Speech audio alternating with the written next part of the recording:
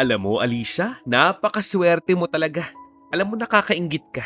Isipin mo, ang ganda ng trabaho ng asawa mo, nasa abroad. Malaki ang kita roon. Tapos ngayon, pinagmamanage ka pa ng kanilang grocery store. Sana all na lang talaga. Sana all talaga. Yan ang sabi ng kaibigan nga ni Alicia. Kaya nga lang, ang tugon nito ang medyo nakakagulat.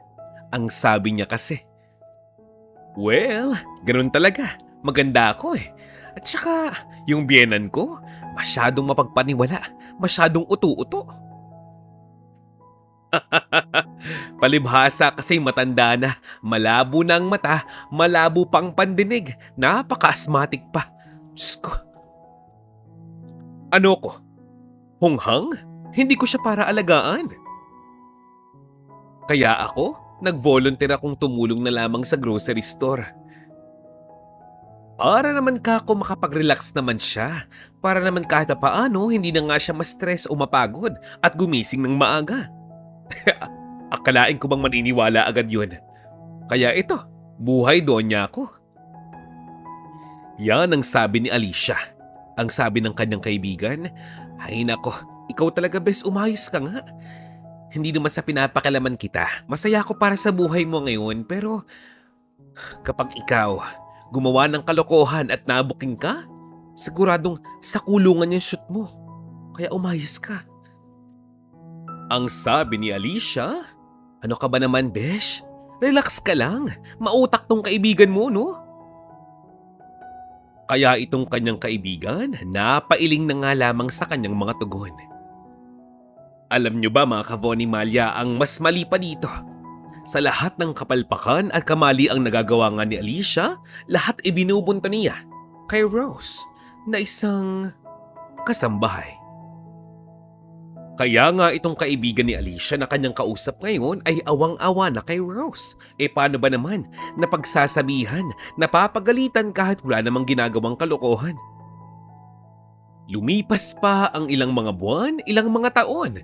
Hinahayaan lamang ni Madam Consuelo itong si Alicia na mag-manage ng kanyang grocery store. Bakit nga naman hindi? Manugang niya ito. Asawa ito ng kanyang mahal na anak. Wala nga naman daw sapat na rason para hindi siya pagkatiwalaan. Pinagkatiwalaan nga ito ng kanyang anak. Bakit hindi niya kayang gawin? Ang malaking grocery store na iyon ay namana pa nga niya sa kanyang mga magulang.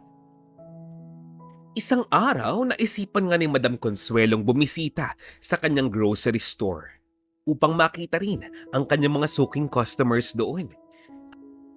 Pagpasok nga niya ng pinto, agad siyang hinarang ni Alicia dahil nga sila ay naglilinis nung araw na iyon. Masyadong araw maalikabok, masyadong madumi sa loob. Kaya ang nais niya, lumabas na lang muna itong kanyang mama. Magaling pangaraw ay umuwi na lamang dahil baka maya-maya atakihin pa siya ng kanyang allergies at ng kanyang asthma. Mahirap na. Ang sabi ng kanyang biyenan, ano ka ba naman Alicia? Huwag kang OA. Ano ka ba? Naka-face mask naman ako. Siguro naman, hindi mo to pinapabayaan ng ganung kadumi, hindi ba? Hayaan mo na akong pumasok. Teka lang, itong mga stocks mo rito parang expired na to, Alicia. Ano ba naman to? Anong oras na, Alicia? Bakit ang... Ay... Hindi ba't sinabihan na kita hanggat maaari, palagi kang magbibigay ng resibo sa mga customers mo? Bakit tong resibong ito'y kakaunti pang bawas? Huwag mong sabihin sa aking hindi ka nagbibigay ng resibo sa mga customers natin. Akin na yang kaha. Ibigay mo muna sa akin. O bakit napakagaan ito? Anong oras na? Kakaunti pang benta mo? Sabihin mo nga sa akin, anong oras ka na bang nagbukas ng tindahan? Ha? Ngayon pa lang? Alicia, dapat maaga kang gumigising.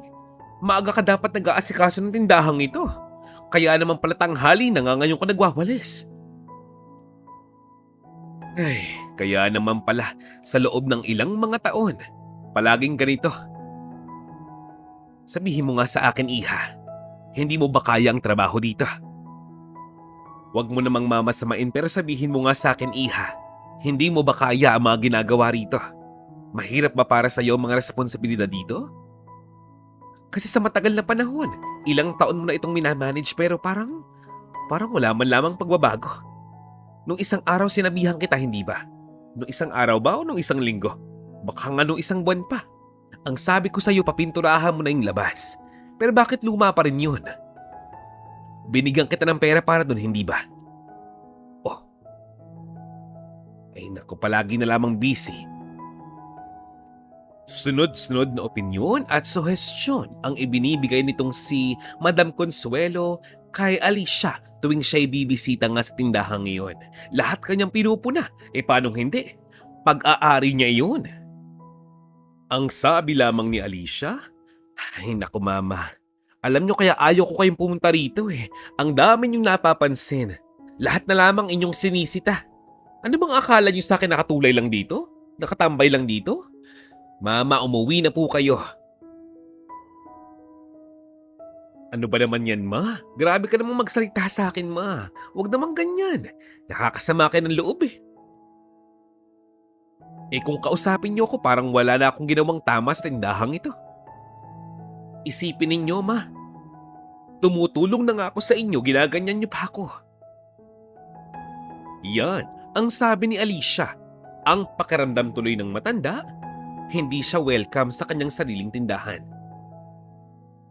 Paano ba naman kasing hindi niya masasabi ang mga bagay na iyon? Nakakasama naman talaga ng loob. Pagkatapos mong ipagkatiwala ang sarili mong negosyo sa iba, sa taong basta na lamang pumasok sa pamilya mo, ganito pa ang mangyayari. Mahina ang kita. Ang mga customers, ang mga suki, hindi na nga bumabalik. Ni wala ka na ngang ideya kung kumikita pa ba o hindi ang tindahan ngayon. Lahat ng suggestions mo, opinion mo, lahat ng orders mo, hindi naman sinusunod.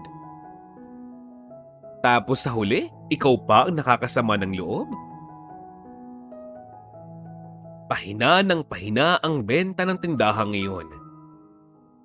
Kaya naman ng sumunod na araw, kinausap nga nitong si Madam Consuelo ang kanyang kapatid na buhay pa. Ang binabalak kasi niya ay ibigay na lamang ang karapatan at ang rights ng pagmamayari ng tindahan ngayon sa isa sa kanyang mga pamangkin. Business-minded kasi ang mga iyon. Baka sakaling lalago pa ang tindahang namana nga niya kung sa kanila ibibigay. Ang bagay na ito ay hindi naman sikreto, hindi naman lihim. Alam ito ni Alicia, kaya ngayon kailangan niya nga ng kakampi. Halimbawa na nga lamang ay ang kanyang asawa, ang kanyang mga bayaw. Kaya nga lang, anong kanilang magagawa ay nasa abroad nga ang mga ito. Nagtatrabaho. Isa pang problema, wala naman silang magagawa kasi nga ang pasya ngayon ay sa kanilang ina. Wala silang karapatang mangialam doon. Isang gabi, kinausap muli ni Alicia ang kanyang asawa sa abroad. Alam mo, Baste, suko na ako sa kabubuhan mo eh. Baste, hindi ka ba nag-iisip? Lahat ng sinasabi ko, lahat ng ginagawa ko ngayon, para sa ating anak, para sa ating kinabukasan. Ano bang akala mo? Ha? Ano bang akala mo sa akin? Araw-araw, gabi-gabi, pumapasok ako sa tindahan ngayon. Araw-araw ginugugol kong oras ko doon. Isipin mo ha? Baste, ganong kasakit para sa aking malaman na sa iba ibibigay ang tindahan ngayon at hindi sa atin. Kaya kung ako sa'yo, kausapin mo ang iyong ina. Kausapin mo siya, Baste. Kumilos ka naman. Ang tugon ng kanyang asawa, Mahal, Alicia, kumalma ka nga, kumalma ka. Ayokong magtalo tayo, ayokong mag-away tayo pero ang gusto ko lang maintindihan mo, hindi naman sa akin yung tindahan ngayon. Wala akong karapatan doon. Alam mo naman yun, hindi ba? Namana nga yun ni Mama sa aming lola. Hindi ko yun pag-aari. Hindi ako ang bumili noon. Hindi ako nagpatayo noon. Kung naisin ni Mama na ibigay sa iba ang pagmamayari doon, wala akong magagawa. Gustuhin ko man, naisin ko mang sa'yo na lang ibigay. Kung ayaw niya, ayaw niya. Alam mo, nasa iyo kasi yung problema eh. Nasa iyo. Sa matagal na panahon, ikaw ang nag-manage ng tindahan ngayon. Dapat nagpakitang gilas ka, ginalingan mo. Dapat gumawa ka ng paraan para yumabong yun. Alam mo kung ako si Mama, yun din yung gagawin ko. Kasi kung hindi mo naman pala kaya, edi wag na lang. Kaysa naman masayang. Yan ang sabi ng kanyang asawa. Ang sabi naman ni Alicia, hala sige, magkampihan kayo. Magkampihan kayo. Magmula nga ng panahong iyon, palagi na nga nagtatalo ang mag-asawang ito lalo na kapag usapang pera at usapang negosyo. Ngayong alam na nga ni Alicia na buo na ang pasya ng matanda na ibigay ang tindahan ngayon sa pinsan nga nitong si Dan na kanyang asawa, hindi na nga mahalaga sa kanya kung kumita man ng malaki o hindi ang tindahan ngayon. Alam niyo ba, kinukupitan pa niya. Late na nga siyang magbukas. Tirik na nga ang araw, saka pa lamang siya magbubukas ng tindahan. Ang aga pa niyang magsarado. May mga pagkakataon kapag itong si Alicia ay talagang tinatamad na pumasok ng tindahan, inuutusan niya ang kanilang kasambahay na si Rose. Siya ang pinagbubukas ng maaga, siya ang pinagkakaha, ang nag-i-inventory at nagbebenta. Siya rin ang nagsasarado. Napakatalino ng babaeng iyon, nitong si Alicia. Para nga naman pag may nagkamali, pag nagkaroon ng problema ang tindahan, hindi siya ang masisisi. Hanggang dumating sa puntong halos araw-araw na nga lamang, itong si Rose ang tumatao sa tindahan ngayon. Alam niyo ba mga ka-Vonny Malia, mahusay kung magtinda itong si Rose. Magaling siyang makipag-usap sa mga tao, napaka-friendly pa niya. Dahilan para bumalik ang kanyang mga suki. Umaaliwalas ang paligid ng tindahan ngayon kapag siya ang tumatao. Ang totoo niyan, tumataas na muli ang benta nga ng tindahan ngayon. Kaya nga lang, hindi mo agad mararamdaman ang pagbabago dahil nga itong si Alicia, tumatrabaho din. Alam niyo na. Basta itong si Rose, tumatrabaho lang. Pero ang totoo, ang inaplayan niyang trabaho doon ay bilang isang kasambahay. Tagapaglaba, tagapagluto. Pero bakit nga ba ganoon? Iba na ang kanyang ginagawang trabaho. Kung sa bagay, si Alicia naman ang nag-uutos sa kanya. Amo niya mismo kaya naman siguro wala namang problema doon. Sa makatuwid, itong si Alicia, mas gumana ang buhay ngayon. Mas dumami na ang kanyang available time. E paano ba namang hindi? Ang kanyang nag-iisang anak, binata na, high school na, kaya na nga niya ang kanyang sarili. Ang kanyang asawa, hindi pa naman uuwi. At wala itong pakialam sa negosyo nga ng kanyang ina.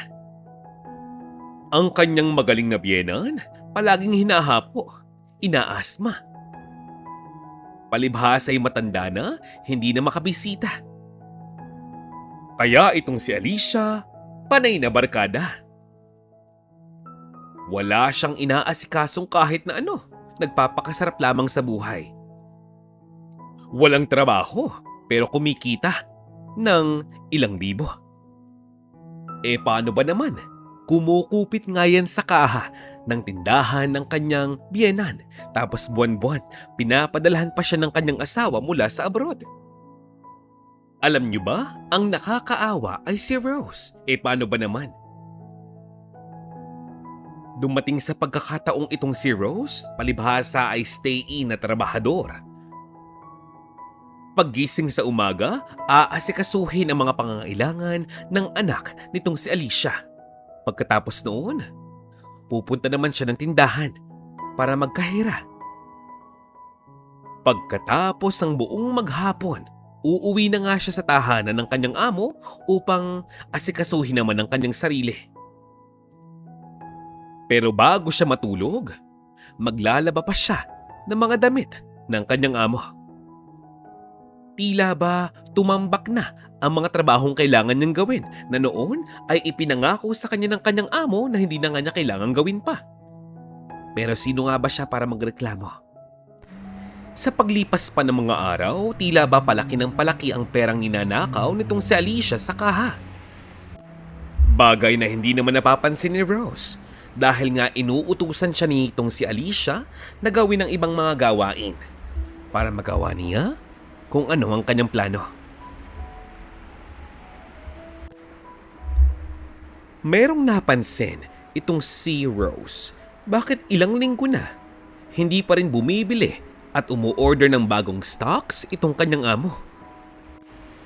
Itong araw si Alicia, hindi pa rin nagbabayad sa kanilang mga supplier. Hindi naman siya para mangialam nga, pero siya pa rin yung napapag-abutan. Ang mas nakakahiya pa, nagre-reflect ang kapabayaang ito sa mismong tindahan. Paano nga naman kung biglang dumating si Madam Consuelo? Nakakahiya sa kanya. Napakabait pa naman ni Ma'am sa kanya. Hindi naman siya basta makapagkwento. Hindi siya makapagsumbong sa ginagawang kapabayaan ng kanyang among si Alicia. Mahirap na, baka naman mabaliktad pa ang istorya at baka sa huli, siya pa ang mawalan nga ng trabaho. Or else, makasira pa siya ng pamilya. Isang dahilan pa kaya hindi siya magkwento kay Madam Consuelo, wala siyang pagkakataon. Itong si Madam Consuelo ay naka-confine ngayon sa isang private hospital dahil inaatake na naman siya ng kanyang hapo. Bigla akong naisip, bakit nga naman kaya hindi nagbabago ang kondisyon ng katawan nitong si Madam Consuelo samantalang hindi na nga siya lumalabas ng bahay? Bakit tila palala ng palala ang kanyang kondisyon? Kaya naman pala ganoon, itong si Alicia rin ang may dahilan. Tuwing nako-confine itong kanyang biyenan sa ospital, binubudburan niya ng kung ano-anong kemikal ang loob ng kwarto nga nito. Maging ang loob ng kotse nga nito. Kaya naman pala, walang pinagbago ang kondisyon ng katawan ng matandang ito. Maging personal nurse niya, takang-taka na. Pero sa malamang, may ideya na nga ito. Pero bilang isang nurse, wala siyang karapatan, wala siyang ebidensya, hindi siya maaaring magturo o magsumbong. Subalit dahil mahal ng private nurse na ito ang kanyang pasyente, kinausap niya ito isang araw at humingi ng permiso na kung okay lamang ay magkabit ng isang maliit na CCTV sa loob ng kanyang kwarto. For safety purposes daw. Ang kanyang dahilan ay para daw madali niyang makita ang kanyang amo at babantayan nga ito kahit nasa loob lamang siya ng banyo o kung siya man ay may ginagawa sa labas ng bahay. Nang pumayag ang matanda, nagkabit na, nag-install ng isang maliit na CCTV itong nurse na ito sa loob ng kwarto ng kanyang pasyente. Kaya itong si Alicia, walang kamalay-malay na nakamonitor na rin pala sa kanya ang private nurse ng kanyang biyenan. Kaya naman lahat ng kalokohang ginagawa niya sa loob ng kwartong iyon, huling-huli na nga sa akto.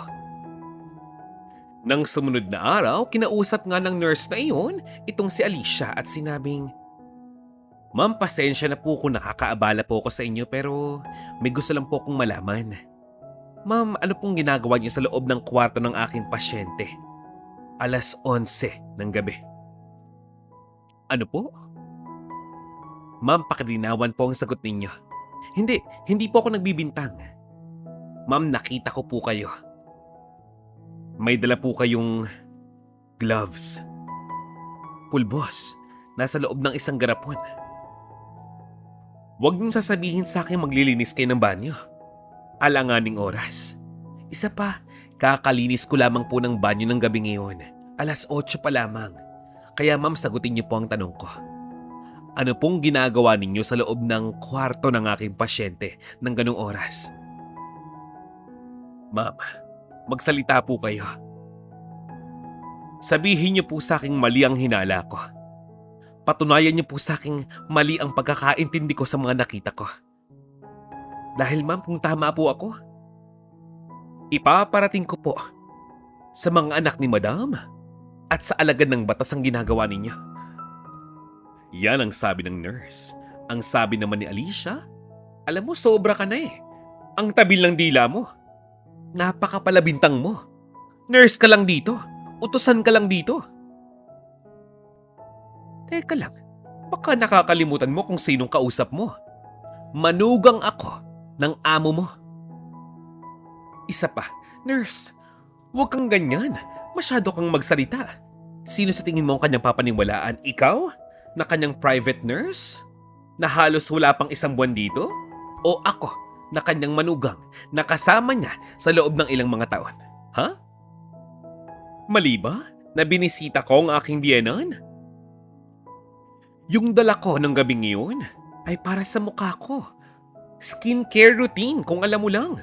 Palibhasa kasi wala kang perang pambili. Hindi mo afford. Tigilan mo nga ako. Ba't parang pinapalabas mong gumagawa ko ng kalokohan? Parang gusto mong palabasing ako ang dahilan kung bakit lumalala ang kanyang karamdaman. Baka gusto mong baliktarin ko ang istorya. Baka naman all this time, isa ka sa mga dahilan kung bakit patuloy ang paglala ng kanyang hapo. Kasi ikaw ang saksak ng saksak sa kanya at painom ng painom sa kanya ng mga gamot. Hindi naman ako. Hindi ba? Yan ang pananakot ni Alicia sa nurse ng kanyang biyenan. Nang dahil nga sa sitwasyong ito, nagpasya na nga lamang ang nurse na iyon na mag-quit ng trabaho kahit wala pa siyang isang buwan. Pero alam niyo ba, agad siyang napalitan ng bagong nurse nitong si Alicia. At least, naresolba na ang kanyang isang problema. Ngayon, panahon na para painan muli itong si Rose. Oo, buo na ang kanyang loob na painan ang babaeng iyon. Pero nagkamali nga itong si Alicia. Dahil ito palang si Rose ay matagal na ring nakahanda sa kanyang mga balak gawin. Sa panahong digital na ang lahat, na halos lahat ng tao may cellphone na, lahat may camera na, may kakayahan ng mag-video ng napakaraming mga bagay-bagay, si Rose pa ba ang mawalan? Bawat benta niya, nakatala. Bawat inventory niya, may video, may pictures, lahat may patunay. May oras, may petsa, may pirma. Maging time in at time out niya, nakalista rin. Hindi naman nga daw masama maging sigurista. At dahil nga bago ang nurse itong si Madam Consuelo, medyo gumanda na ang kanyang pakilasa. Kaya ngayon, itong si Alicia, hindi magawa ang kanyang masamang plano kay Rose. Pansamantalang gumaling ang asma nitong si Madam. Lumakas ang kanyang katawan at nagawa niyang bumisita muli sa grocery store na kanyang pag-aari. Labis ang kanyang panglulumo nang makita niya na anong oras na napaka-onti pa rin ng mga paninda. Kakaunti pa rin ang benta nga ng tindahan ngayon at halos wala nang bumibili pag hindi si Rose ang tumatao. Ilang layers ng shelves na yun, lagayan ng mga dilata, wala nang ang laman. Sa malamang, ang napagalitan muli ay itong si Alicia. Maaring si Rose ay napagalitan din. Pero pinagalitan siya dahil hindi naman daw yun ang kanyang trabaho. Anong kanyang ginagawa doon? Kaya nga itong si Alicia ang napagbuntunan ng lahat ng galit ng matanda. Dahil dyan, patindi ng patindi ang kagustuhan ni Alicia na lalong sumama ang pakiramdam ng kanyang biyenan. Bagay na ipinagtaka naman ng bagong nurse. Nagkataong yung bagong nurse na iyon kakilala, kaibigan ng lumang nurse si Madam Consuelo. Sinabi niya sa bagong nurse ang tungkol sa CCTV. At doon, napag-alaman ng bagong nurse na ito ang lahat ng kalokohang ginagawa ni Alicia. Kaya naman pala, mismong siya ay hinahapo rin sa mga pagkakataong duty siya doon kay Madam Consuelo. Dahil pala kay Alicia. Isang araw, Nagpasya itong si Madam Consuelong pauwiin ang kanyang 3 mga anak sa Pilipinas. Masyadong biglaan nga ang lahat, kaya itong si Alicia nagtataka na. Baka nga naman balak mag-iwan ng mana. Di ba nga, matanda na. Samantalang sa loob nga ng tindahan, nandoon na muli si Rose at tumatao bilang kahera. Maging siya ay inihahanda na rin ang kanyang sarili sapagkat napag-alaman niya na napakarami na pala ng utang ng kanyang among si Alicia sa mga ahente. Kailangan siyang masingil agad sa lalong madaling panahon. Agad siyang nag-message muli sa ika-10 pagkakataon ng araw na iyon kay Alicia. Pero ni isa, walang reply ang kanyang amo. Makalipas pa ang halos 2 araw lamang, dumating na si Dan, ang asawa ni Alicia kasama ang kanyang mga kapatid. Ang bagay na ito ay ikinagulat nga ni Alicia dahil parang napakabilis yata ng mga pangyayari. Parang masyadong biglaan. Hindi siya nakapaghanda. Nagkataon pa namang nung araw na iyon, kailangan niyang umalis ng bahay dahil patungo nga siya sa tindahan. Dahil baka magkahulihan, kailangan niyang asikasuhin ang tindahan.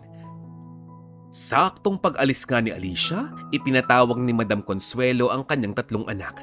Nagulat nga ang mga ito dahil pagpasok nga nila ng kwarto, ipinalay ni Madam Consuelo sa malaking TV ang lahat ng videos ng CCTV. Ipinakita niya ang kalokohang ginagawa ni Alicia sa matagal na panahon. Pag-uwi nga niya ng bahay, naabutan niya ang 3 magkakapatid kasama si Madam Consuelo doon pa lamang sa may salas ng tahanan, nakaabang sa kanya. Si Madam Consuelo hinihingi ang perang kinita ng grocery store. Ang tanong niya agad, nabayaran na ba yung mga pagkakautang? Mangyaring ibigay na nga lamang daw kay Madam ang perang kinuha niya, ang mga ninakaw niya. Sa pagkakataong ito, nais pa sanang magpaliwanag ni Alicia, pero itong si Rose na kanyang kasambahay at katulong, nasa likuran lamang ni Madam Consuelo.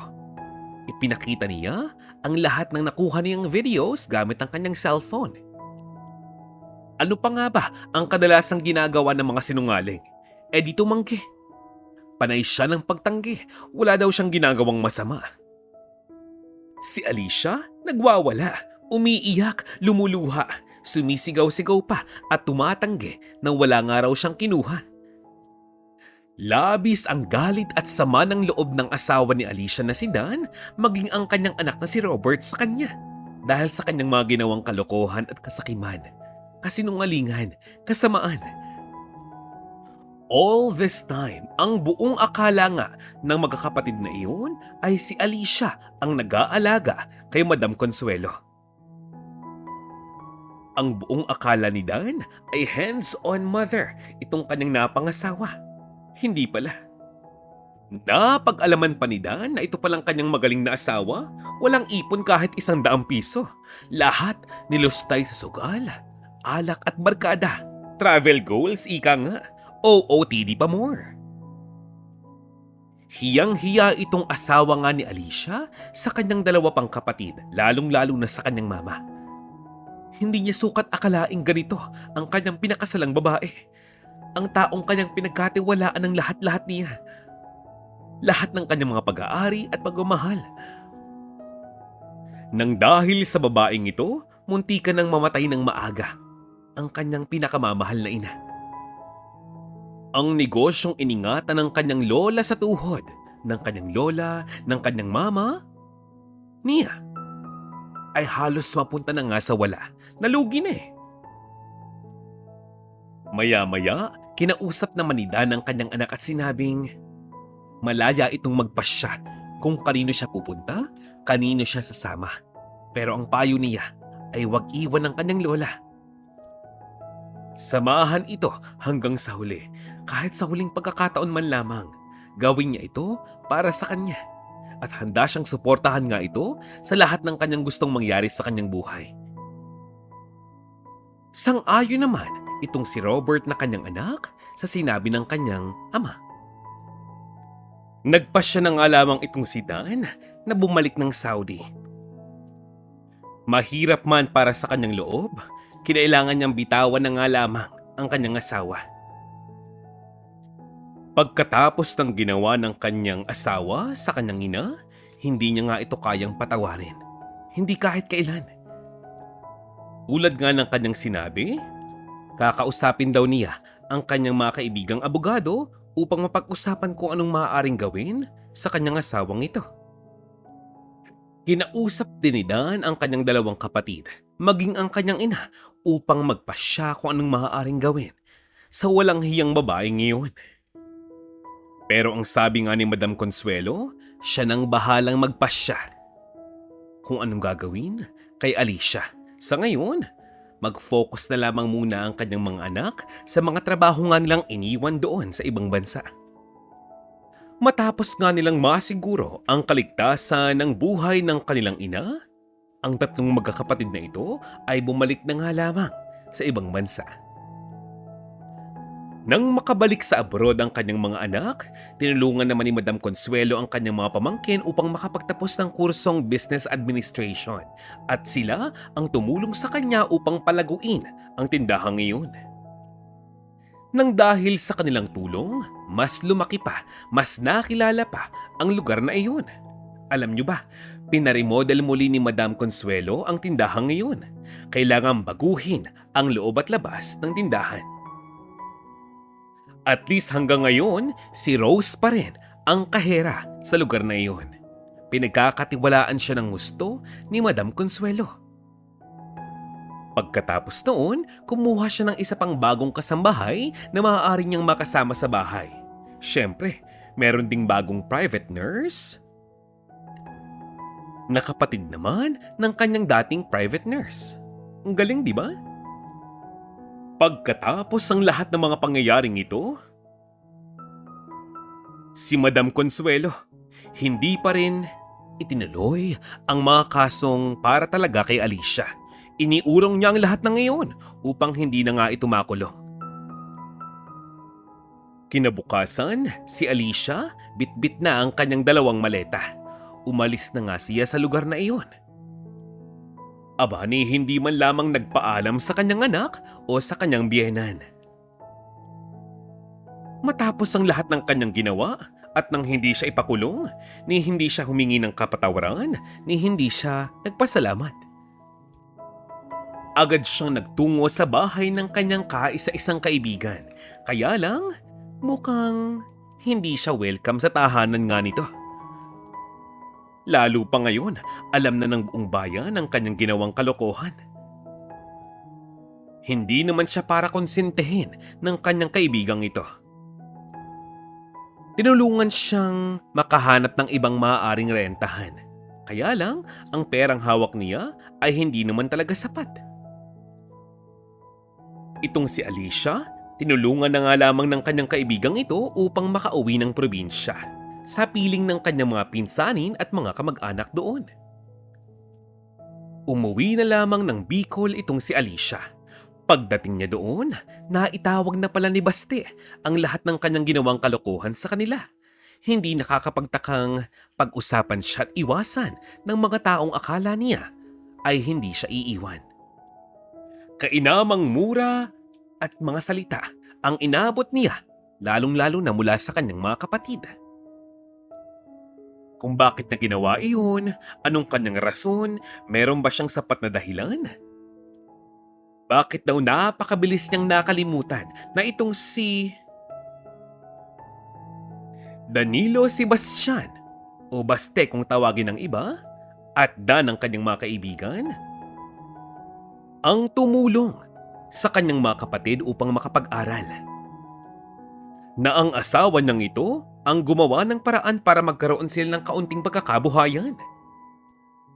Nakakahiya raw talaga ang kanyang mga ginawa. At dahil nahirapan na nga itong si Alicia na makahanap ng isang magandang trabaho, kahit bilang isang kasambahay, pinasukan na nga niya. Wala naman siyang choice. Pag hindi niya ito ginawa, hindi siya makakakain, hindi siya mabubuhay.